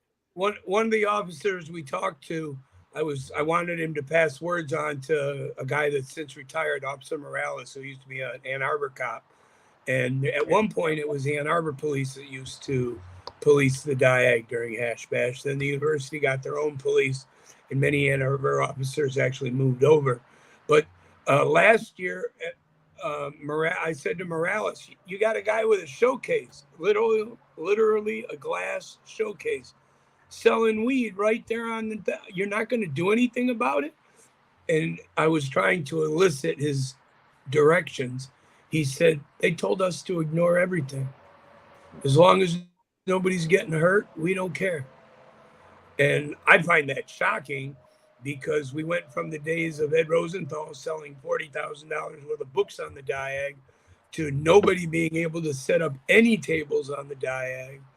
You know, they fought us all along. Now they have a use policy so you can actually do certain things on the Diag. So everybody saw the places that kind of just took it upon themselves to like set up shop along the Diag, whether they were selling mushrooms or cannabis, Disrespectful, or food or anything like that. So the permit now and in the discussion, it's like, yes, you can have these nonprofit educational booths out there, but they can't even give away a little trinket to get somebody to like, you know, sign up for something or whatever. Yeah. Like, you can't solicit I can't sell anything. a fucking t-shirt, but you can sell mushrooms. What the fuck? That's not fair. And you know what? I don't really care if they sell mushrooms or not, but like I do. Do it out of your backpack like everybody else. Why you gotta be fucking weird about it? Well, they're not being weird. They're being public. They know that it's tolerated, so they're just going. They know that they're being it's legal. opportunistic, right? But isn't there? isn't there an opportunity for, I just believe that history repeats itself. So this idea that hash bash will continue to get more liberated and people can get weirder is not true. Oh, wait till this new worried task about that. force gets a bunch of funds. I bet, Right. something like that. I would mean, be They're going to fuck around and find out. And Yeah. I'm going to be there saying, hey, I was on a podcast 4 years ago saying that you were going to fuck around and find out. Go watch it. Go watch it. Google me. Google me. The reality is that it's been sort of a tradition along with the Monroe Street Fair, which has now bled over to Hash Bash to a greater degree. I've been to Monroe Street Fair for many, many years where there was $5 pre-roll, $5 pre-roll, and people with their own homemade medibles there selling them from red wagons like you would pull your child in, right? Yep. Loaded with baked goods. So this is something that's traditionally happened, although it's not sanctioned, traditionally happened around the Monroe Street Fair. And some of those people have become bold and walked onto the University of Michigan campus where we conduct the Hash Bash. So it's sort of a convergence in my mind. I love that shit, though. I love backpack vending. I love wagon vending. But why set up a booth and pretend to and sell a bunch of dumb? It's crazy. It's taking advantage of, people, especially with mushrooms. There's people that use and need these medicinally, or at least believe that they do. I think so, right? Well, Josie, I agree with you. And I think one thing that if you're going to have a booth there and you're going to be set up right within all the organizations of the activists, that part of your proceeds should go to the activists. Oh yeah, and I tried to get them. I was all weird about it. I tried to get them to donate 20, like buy a T-shirt from me, and they wouldn't. I was like, "You're gonna be out here, you're gonna want to fuck the system." They also wouldn't pick up their garbage around. Many of them. Well, their garbage around. I'll swear the fuck up on these bitches, dude. I think that it would be good to collaborate with the Monroe Street Fair on that, because I feel like that's where most of it comes from. And like I said, a lot of the older people that go there, that's been there, they all know better. Hey, you know what? That, sorry, I'm sorry. Keep going. oh no, it's like just a lot of these young people don't know that it's volunteers that do all this. They think it's like some paid gig. Yeah. And I got to take the opportunity. I should have done it already. But Allison Bond, president of SSDP, the U of M chapter, was really awesome to work with. She did a great job. Great speech on her presentation. And I'm so glad we know her before she becomes a senator or like a house rep or some shit. Like, oh my God, what an incredible speech. And I'll be honest, as a student, when she was talking to the police officers, she had the same concern that every student I've ever worked with over all the years had. And that is, I'm not going to be held responsible for anything that happens here today, am I? Because my name's on the permit and I have no control over these people. And that becomes the issue, is that, these people show up, they do what they want. There's nobody to tell them not to, because the university has decided to take this completely different attitude that they ever had, where they won't let anybody sell anything on the diag unfortunately, Jim, Entheo Fest, you won't be able to have guys selling mushrooms on the diag. They won't allow that, I guarantee it. But I think it's a further game. It's the same thing with this year, not being able to park. It's the idea of getting Hash Bash out of the diag. I'm just saying, as an organized event, you should be able to go to the mushroom guys and say, hey, get a booth and do your thing. But they'll crack down on everything but Hash Bash. And it's kind of almost like an in your face to me, because for so many years, they literally, guys would lay a book down to sell it, and they'd not only take the book, but they'd arrest the guy.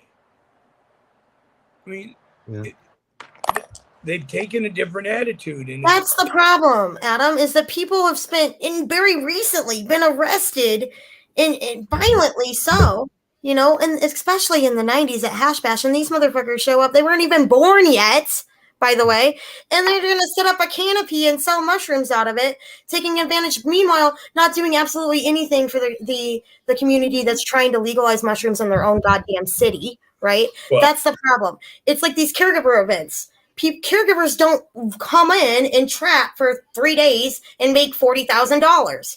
That's not a caregiver, dog. Like, well, there's a guy named Mr. Tripp that last year put his stickers all over the handrails of the library, right? Library. just to get his name out there. And I I had have called him that problem. before and asked him not to like do that, not to sell on campus. To, you know, I at first asked him if he wanted to help us with the movement, if he wanted to become part of it, and you know, come to the meetings and you know, help with this movement. And he declined on that, and then he insisted upon putting his stickers everywhere. It's not that I don't appreciate the hustle. So there was a Exactly, company, but- 315 Provisions. I mean, I don't think they necessarily did it, but Yes, they did. Do you know who they are? their cardboard Yeah. cards. Well, I'm just saying what happened there. Ultimately, I do know, and that's that their cards represented the highest volume of garbage around the diag this year, and So were does picked your up weed. by me, the volunteers that were there, by Jim, by Tom Wall, and All right, I'm yeah, go ahead. I'm gonna tell you that doesn't surprise me at all.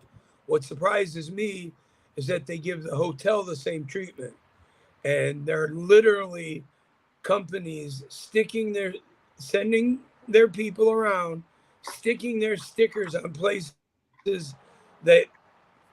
Why would you put a sticker there? This is a commercial. This is You got to take care of that shit as part of your arrangement, Yeah, probably, right? and, Yeah. and now you're making it more difficult on the event itself. What are you, stupid? And you know what? That's exactly the problem. They're selfish, not stupid. They only think of themselves and their purpose to promote. They don't think of the consequence. And of course, they measure the success in how many stickers they put out, or you know, how much litter they create at the hash bash afterwards. It's not really right. We like guerrilla marketing, but used to suck when you'd take flyers and put them underneath people's windshields in the parking lots, right? Oh, That yeah. was wasteful, and a lot of them blew off, and it created a lot of debris. Same thing here. Jamie, did you take the photograph I suggested when you were done cleaning? Yes, I did. Yeah, and then so did some others who were cleaning too. No and sent them problem. to me. Yeah, Because you get blamed the next morning for how dirty the diag was. man. after So speaking of that, how Allison was concerned about responsibility and stuff, she was very reasonable and aware of what was going on and what was needed. She conveyed to me, I mean, it was really cool to work with her compared to the only other experience I really had. So I was happy it turned out the way it did. Obviously, right there is Cosmic Knot. They played here, and in a rare time, like we said, the Nursery Fair didn't have music. They usually have a stage and a bunch of bands and some speakers and stuff like that, but they didn't have it this year. And these guys jammed for well over an hour, and a lot of people hung around and listened to them play. And toward the beginning, Jim sang with them as so much fun. Yeah, as Weed Martin. Yeah, Weed Martin sang my favorite strains. Yep. Which was take on my favorite things, and it was great to look out and see so many people still there even after the last speaker spoke. And those guys rocked. It was such a pleasure to be playing with Cosmic Knot too, and singing beside Cosmic Splooge, which you can see there on the podium, all green and bushy. I may be able to show that they also played at obviously the Cup on Sunday, and Jim also sang my favorite strains there. Yep. That was on fun Sunday, and I checked that out. And I got a little clip of it. I want to see if I can. I would love to see that. I missed the show both times, and I've seen Jim do it previously, and I'm a big fan. So I would love a little. Well, I'll be honest. I'd like to see it because I didn't know that Jim did it, and it was my event. I don't have my favorite. I'm sorry, I don't have my favorite strains clip. I've got him playing with the plant, I think, on this thing. Oh, all right. Sorry about that. I wish I did have that. I'm sure that does exist out there. We'll have to find it. It does. Let me fix this here. Jamie's such a big teaser. Yeah. I actually recorded my stage this year on Saturday, just so I could try an experiment, or on Friday, I'm sorry, so I could try an experiment to see if it's worth doing. The problem is, to do it right, you have to get a release from all the artists, and that just becomes a legal mess. So, we may do it clandestinely in the future. There you go. I love Tom Wall. I really do. He's amazing. Hope he's watching right now. Let me see if I and can he get this knows that I love him working so here much. somehow. I'm having a Hit the hard time. play button. Yeah, well, it's easier said than done. I see it down at the bottom. I You know, do. I can't, but I can't reach it yet. I got some cosmic Get to it. spoons. I'm gonna light up. I'll tell you what. Let me. Jesus Christ. Do it again. Man, better. Yep. Capturing these moments from Hash Bash, and we didn't talk a whole lot about Monroe Street Fair this year. This show, of course, everybody appreciates what goes on there, and they sure fought like hell in order to be able to have their fair at the same place at the same time as they traditionally had. But wow, what a great series of events when you look at the four of those events combined with the Cup, the Street Fair, the Hunt, and then also the traditional Hash Bash. Hell of a weekend. The 4 events. I'm so excited to be included. I can't believe we did this. Thank you to T-Dog for doing the art, by the way. What an incredible fucking job he did. And his art was all over Hash Bash. It was at the Hash Bash Cup. It was at the Squash Off. It was all over our maps. Yeah. I love his work too. It is awesome. He is It's a very great artist. distinctive. And very, All right. very available too. Let's see if this works.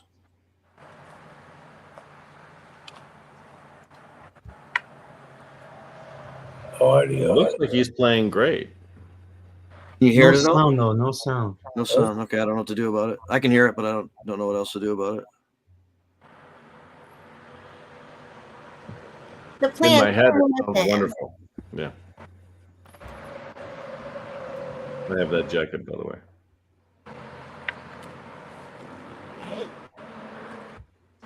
So cool. Tony says, can we set up canopies on like Diag? Apparently so, Tony. That's what we're talking about. What the fuck? It's against the Diag use policy, is my response. It I is don't against. think they'll let it continue forever, though. I think that they'll let it continue until they don't, and then we'll have a huge issue like Charlie had this year. No, what they'll do is they'll let it happen until they decide to not let it happen. Then they'll come out and arrest these people for doing it. They don't That- mind canopies without stakes. Like you can get a canopy Right. that's weighted by cinder block. You know. Right. But they've for years they've kind of gone in waves where they allow something, and then boom, they crack down and don't allow it anymore. And then they Then allow who's something. gonna pay for their expungements when it happens? Me, bitch. What the fuck? And they wouldn't even These buy are the- t-shirts from me. Without these guys, you wouldn't have expungements. That's fucking true, probably. That's actually not true because people that get arrested aren't arrested because they're. A lot of people that get arrested aren't arrested because they're doing something bad. They're at the No, wrong but place at the wrong time. I'll bet you there's been 1,000 people arrested at the Ann Arbor Hash Bash in 52 years, starting with Terry Bullard, who wasn't even put under arrest, but might as well have been based on how his job treated him, that being the legislature of the state of Michigan. But we used to have, like I said, 235 one year, 57 another year. It was crazy. Just for doing what we're sitting here doing now. The effort to snuff out cannabis culture in America was really quite brutal.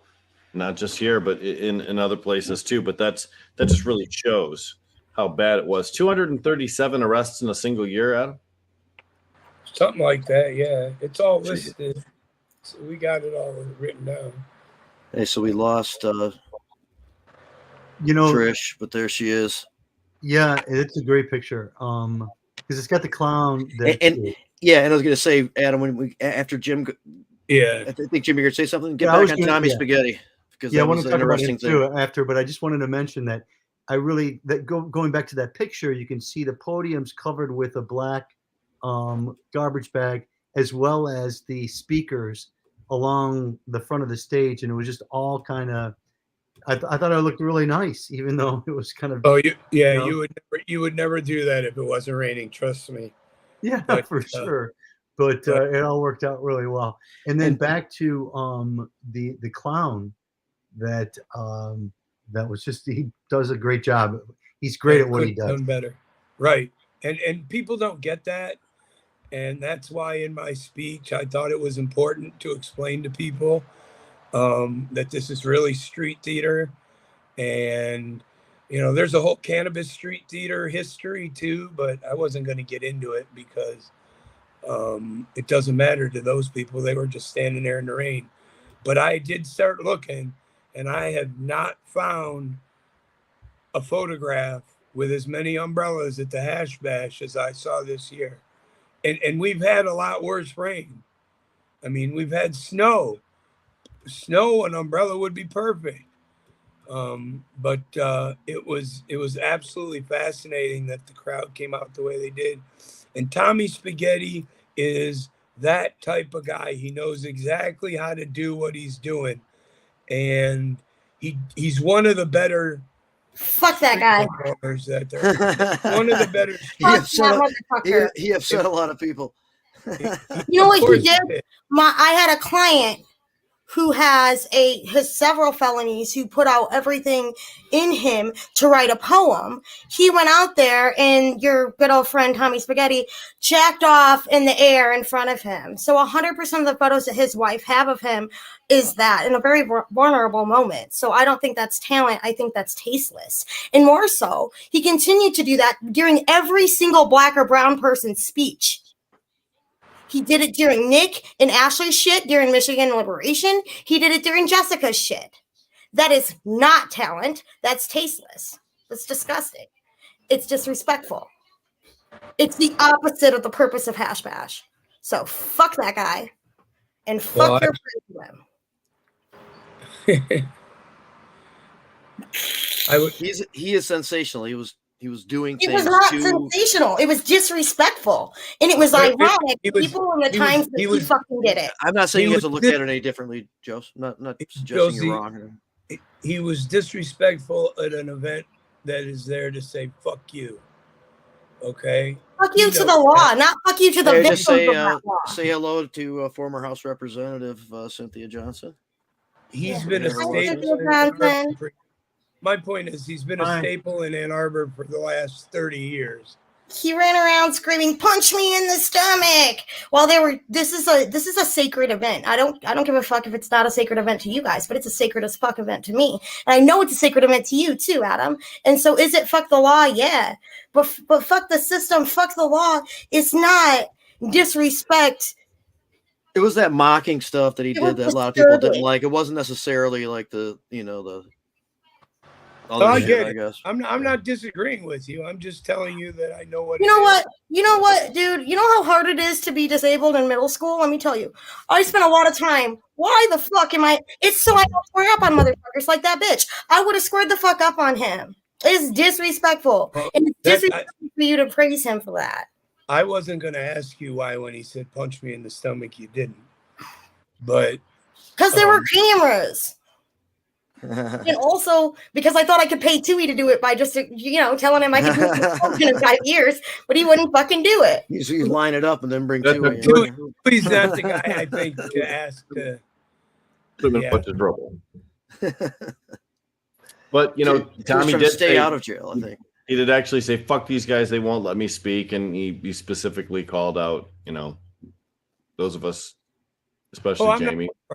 And you know what? That's just Cynthia's she's talking about a guy named Tommy Spaghetti from around Detroit area. He's a musician and performer, and he was just very obnoxious and irritating to a lot of people. It was April Fool's. It was not. He jacked off in the air while we had people who were a client from the expungement program who's not involved in the industry, who was reading a poem that he wrote about redemption in terms of redeeming himself after spending so much time incarcerated. And this sorry ass bitch was out there jerking off in the air like a sorry bitch. Like, I can't handle it. And then he not only did it then, but then he continued to do it every single time there was a black or brown person, and also when there were other varieties of people that he could notably find, right? But he sure as hell didn't miss one single black or brown speaker. I'll tell you that. Well, I will apologize, because had I stayed, which I did not, he wouldn't have done that, because I would have stopped him. Okay. Jamie doesn't know him well enough, respects him enough. When he was making noise, I told him to stop, and he did. But I guess I would have in part, I wasn't. But hold on, Jimmy, just real quick. And he respects me enough that he would have stopped. The problem is I left. I spoke, I walked down the steps, I walked through the crowd, and I left. So I heard about what he did. I watched it live from people's social media broadcasts. But that's the type. I mean, that's I think what's happening right now is in part what he was trying to achieve. Controversy is currency. And when I told him to do something, he backed off. I mean, I guess that's how he is. Could have done more or something. I guess I didn't look at it that way. I understand why he was irritating. I don't fault anybody for. And Josie, your opinion's fine. I wasn't trying to defend him at all. Oh, thank you for the permission for it. I wasn't giving you permission. I was making sure that you knew that. I'm upset. It's upsetting. I was making sure you knew that I wasn't being contradictory. What it did was I think we should that was insane, and it was disrespectful, and nobody deserved that. But especially people who believe this to be sacred and who respect it to be what it is. That's not the first time he's been out there. This whole thing about the permit thing is an old school, not an old school, but it was part of the process of. That was the first time I've ever seen. When you went to not having a permit to having a permit, those things were. He was a big part of that back in those days. Back when we used to have to smuggle a generator onto campus, even though you're not allowed to run generators, and he'd stand right in front of it and fuck you, move me out of the way if you want to get to that generator. The cop would eventually move him out of the way. But I mean, he's been around a long time. I certainly understand how you see what he did as disrespectful or inappropriate. If everyone liked that,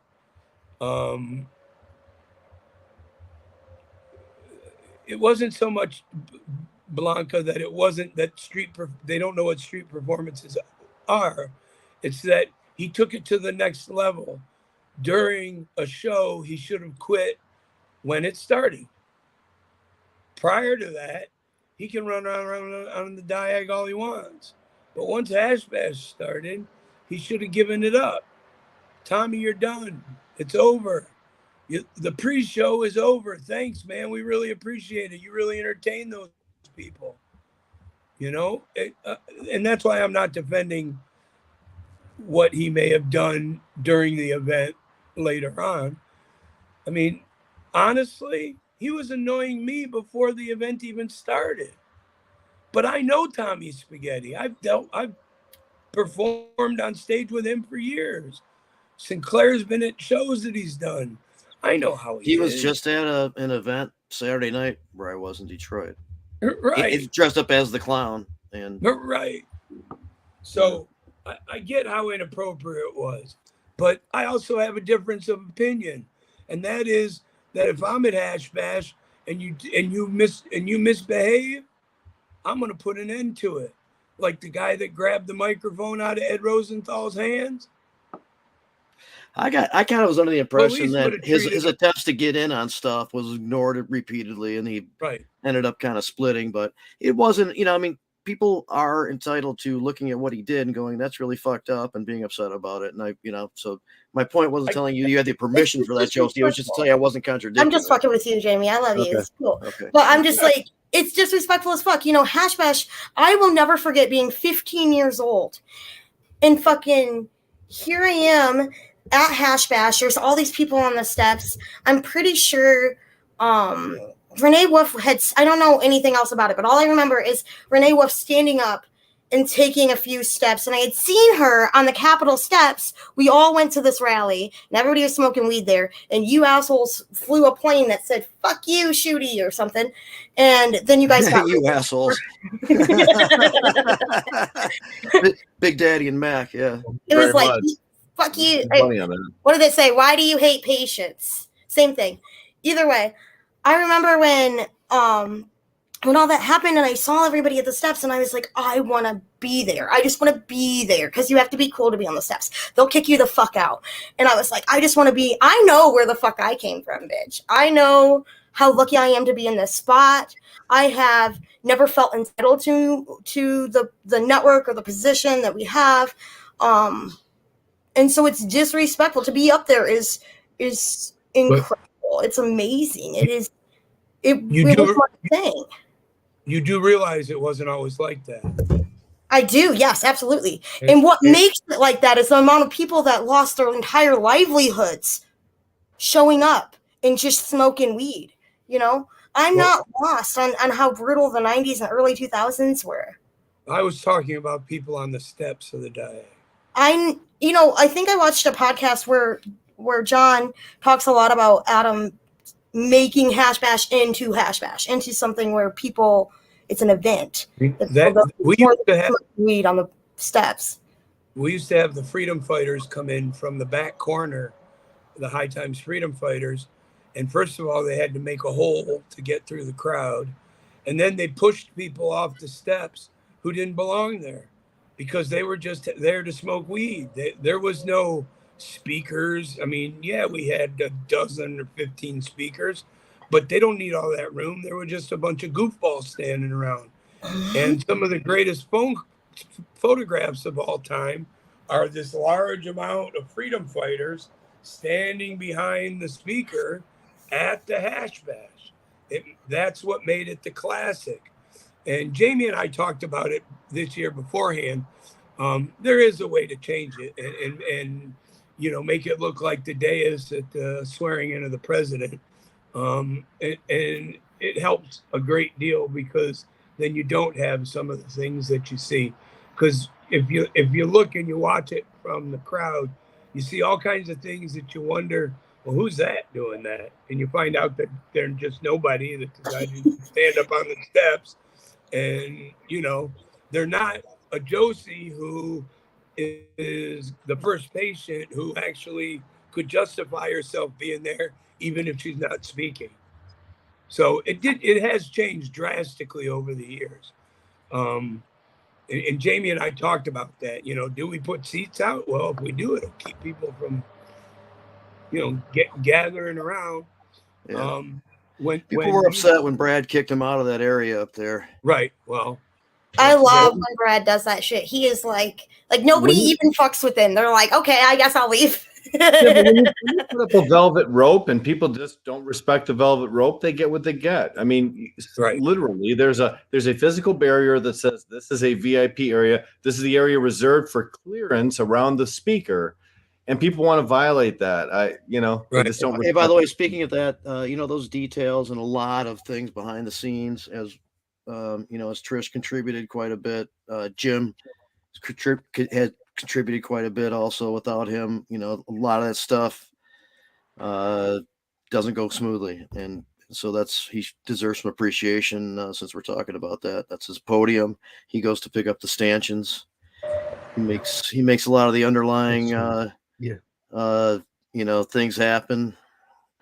Yeah, the stanchions, when the guy was loading them into my car, he was a young kid, probably his first day on the job getting trained. He took one of the stanchions and just pushed it against the carpeting and it just tore apart my carpet. It was just so hilarious. Oh my God, it sounds so funny.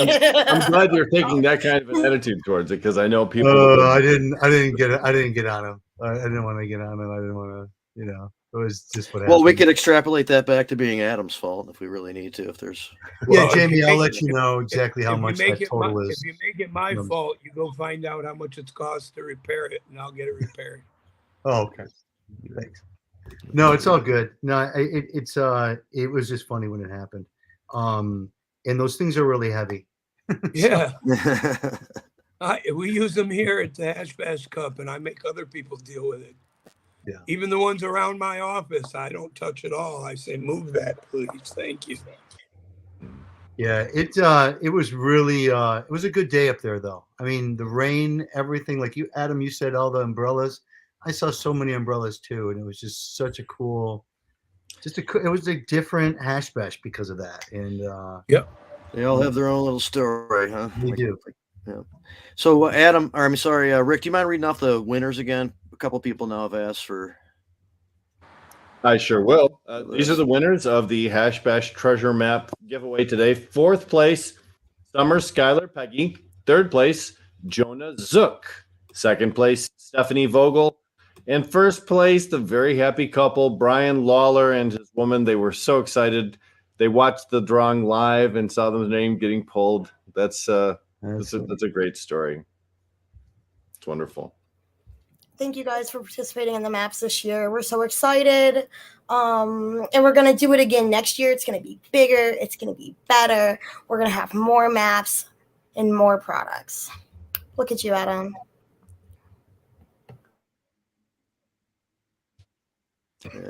I love that you had people like introducing the next person. I thought that was really cool. Yeah, it didn't always happen as planned. Obviously, Adam teeing up John was great. That was a good way to get going. I was so grateful for Melody Carr. She gave me okay. I wanted to bring that up. Thank you. Yeah, please describe that because that was a really cool thing that happened. I'll try to do it without crying, but I've done it. I've been crying about it all day, so who knows? But Melody was gifted a banner that says, "Do you have the banner picture? Are you gonna put it up?" I do have one. I have to kind of. Yeah, it's not going to be timely. It won't be timely. I'll try to find it. Like literally, don't tell my kid. It's the coolest thing I have in my possession, you know. And she gifted it to me on stage. It's from Rainbow Farms Memorial Protest, and I met Melody Carr. When I had met Melody Carr, she was already described to me as, actually, I had met her prior a couple times, and Jamie, we were trying to legalize marijuana. It was like 2014. It was the very beginning, and Jamie was telling me that Melody Carr had single-handedly, like, done thousands of petitions, got thousands of signatures for medical marijuana, and that she also worked on the PRA amendment, and that she's, like, been doing this shit for almost 2 decades, and that, you know, if I'm looking to connect with people who are just doing real shit, that Melody Carr was the one. And so the fact that Melody Carr likes me is so cool. But the fact that she is investing and supportive towards the cause, and that's how it is for a lot of the folks, right? It's like I got in the industry when I was 14 years old. I met most of these people when I was 15, so they've seen me graduate high school and go to college and have a baby, and build sons and daughters into what it's become, and then come in with Basor and really just hit it heavy with GLEN. And I feel supported hard and heavy, I gotta say. Like, I feel the love everywhere I go. I'm super proud to be here. I feel like we're gonna exchange some fucking records, bitch. Hey. Nice. Well, good. I'm glad. It was one of these things where I was just kind of putting up together a lineup, and I asked Melody, as I did many others, do you mind introducing Josie? And she goes, you know what? Actually, I really wanted to bring up Josie and give her, some credit and stuff like that. So that works out really well. I didn't know she was going to do the bigger presentation and stuff, but she was definitely excited. They painted my name. Did you see that? It was fucked up. It was crazy. It was a thing for me. And then I started my speech like a professional. I said, shit. Yep, that was great. Yep. Thank you. I was totally planned. I did it on purpose for sure. Yeah. Well, I mean, it was moving. It really was, and you could, it was obvious that you were affected by it.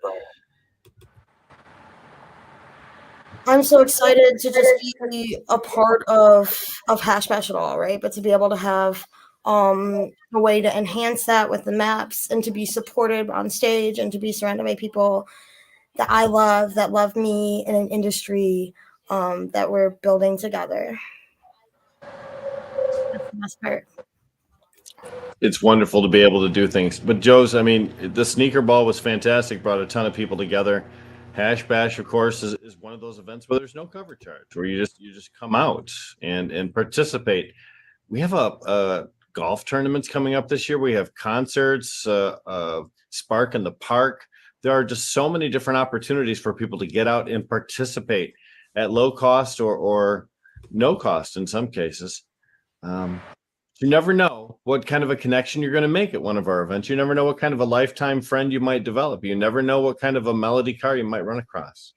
It's pretty amazing. Everybody's special.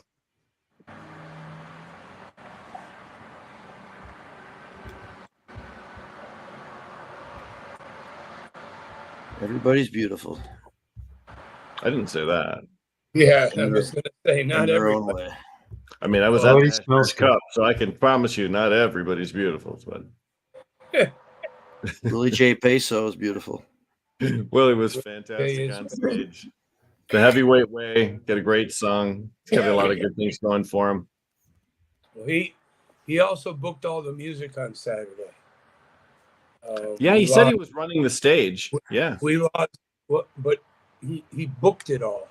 We lost one of our buddies, Big Tree, and somebody's got to invite all the bands or the DJ or the right hip hop guy, and I'm certainly not that guy.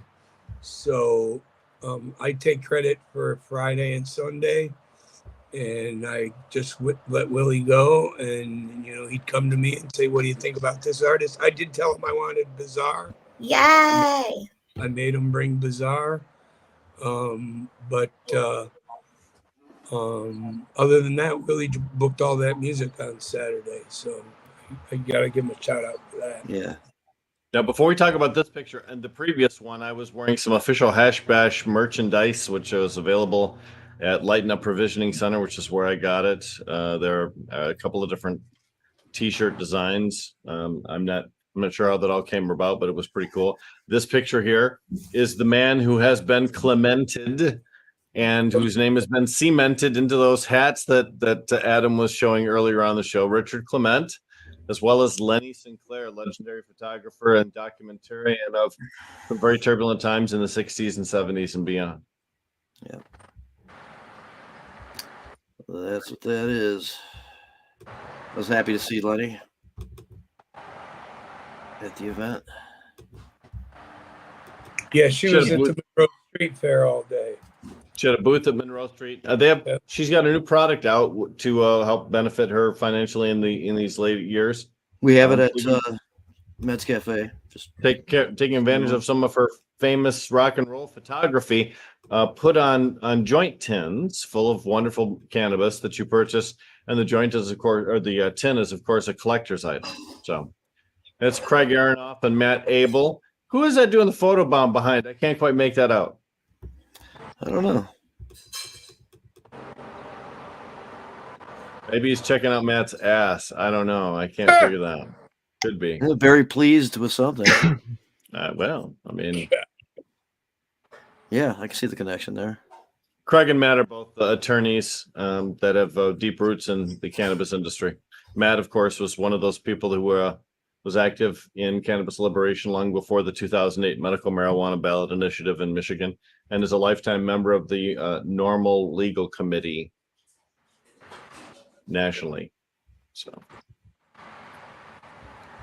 and principal at Cannabis Council in Detroit, which is a super cool building. If you get a chance to do any kind of an event or any visitation there, Cannabis Council's offices are pretty awesome. What the fuck? It is.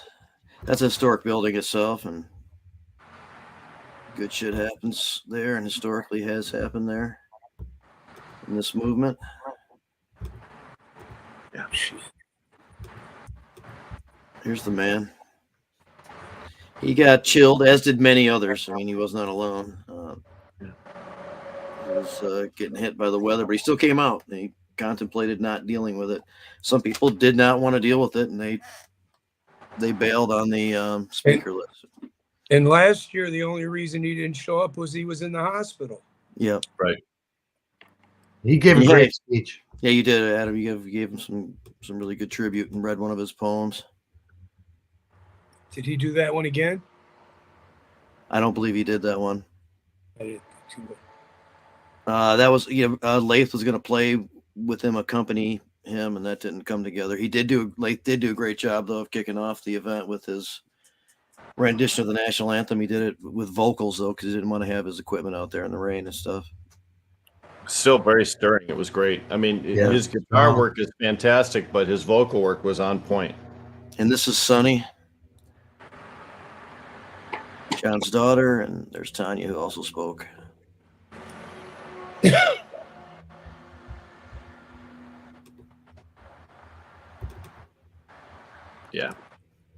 And of course, you can see that John and the microphone are in a sheltered place because at that time the rain was still coming down outside.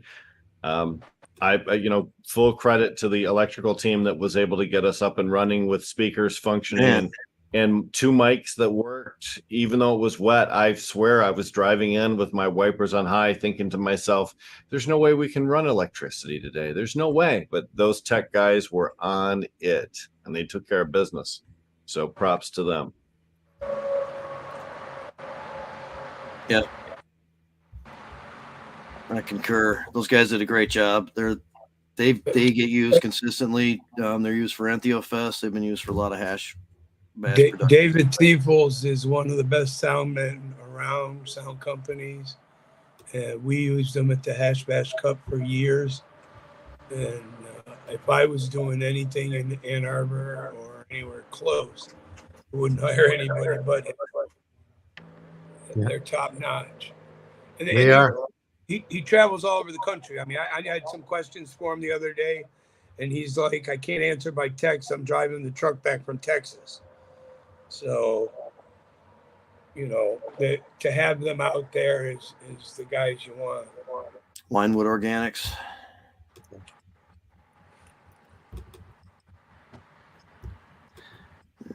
One I want to get out before we call it. And David's company's THS Audio. Yes. Those guys are great.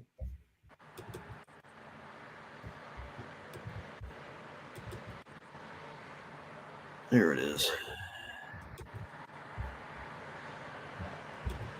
What does Jamie have for us now? I just want to make sure we get this in and the little backstory. There's the mighty mullet.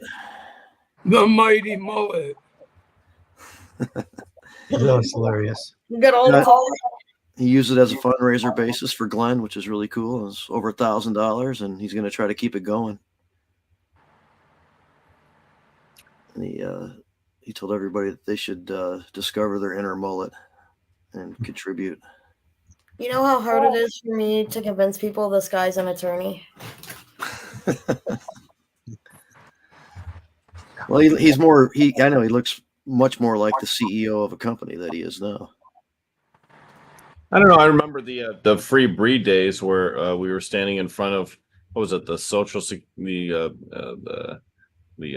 administration offices there in Lansing, the social workers place, and Josh's hair was wild and free as it was a windy day, and it was his speech was of course moving, and they were successful in returning baby Bree back to her parents, Steve and Maria, but Josh has always been a little bit on the wild side. He was on with a suit and looking presentable and litigating very, very, very well in those cases too. Yeah. So he shows up professional, when He did great. He did very well. So, but successful in those venues. This is all good, man. It's all fun, yet it's all for a great cause, and he doesn't have to look a particular way to do a great job and be as insightful and capable as he is. So you raised 1,000, right? Over 1,000, wasn't it? That you raised? Yeah. $1,195. Just for cutting his hair. That's a popular guy. It was a wonderful move. That's a lot of people that wanted to see Josh in a mullet. He rocks it though. He does a great job. Here's somebody's admitting to enjoying talking to Rick. Wow, someone actually admitted that, Jamie. That's tough. Thank you, Adam. It was good speaking with you too. You know, there were a lot of people from all over the United States that were at the Hash Bash and the various events this weekend. I talked to people from all over. Great. It was awesome. So, I mean, we'll be a minute or two over, but really appreciate, Marlena and Latrish was on too. Yeah, and Latrish, who had to bail already, but their contributions in the show and having fun facilitating the drawing and all that kind of stuff is much appreciated. Contributing to these conversations, recognizing Trish for the great work that she was doing, will continue to do. She says she's still interested in keeping that going, so I'm really happy for that.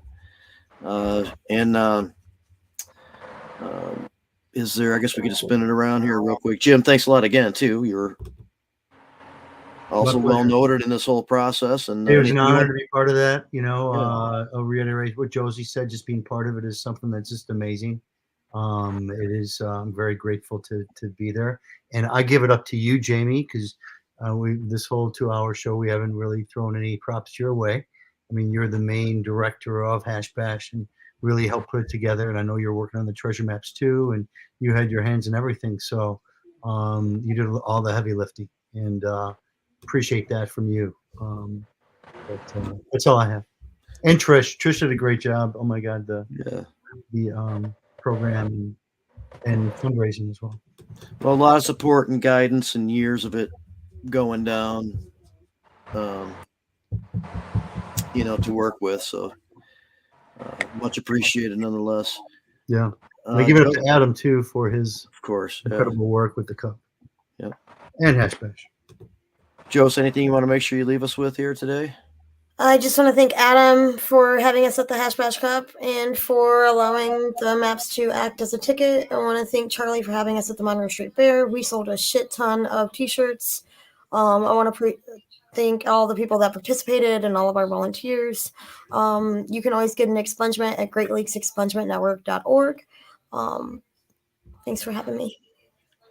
Right on. We didn't even give this. There's so much other things to talk about from over the weekend. And I do appreciate what we have talked about and really had a fun time going over some of these picks and discussing some things. But I can imagine revisiting some of this stuff next week again too. But Adam, again, you had a even better than expected of a great event. So congratulations on that. I appreciate that. Can only do so much, but even I was a little shocked at my event this year. I mean, it ran smoothly, no problems. And when I actually saw the first map walk in, I was excited because I normally don't spend any time at the registration table, so I didn't know what was going on. But they were already marking the map, and they knew exactly what was going on. So it was a good time. Right on. All right, so just a couple minutes over, but Rick, if you don't mind, and also thank you, Rick. You also helped out quite a bit. Helped out with a lot of introductions, your speech, a lot of planning. So thank you very much also. And if you don't mind, wrap us up. Well, thanks again to everybody who participated in all of the events in Ann Arbor, whether you were able to attend or whether you just supported through your likes and your forwards and your shares of photos and stories coming from that event. But there's no greater example of we are stronger together than what we just heard about today. Adam's already successful event was remarkably successful, and Josie's already successful event was quadruple success, right? I mean, when we collab and we do it with the right intent and integrity, we can do fantastic things. And I look forward to all of the different collabs that end up happening later on this year and next year too, because we're pretty fucking awesome, and let's team up. That's what awesome is all about. There you go. Perfect. Very nice. Josie ducked out at that, so we'll end things here. Come back next week. Thanks everybody, and Jazz Cabbage Cafe.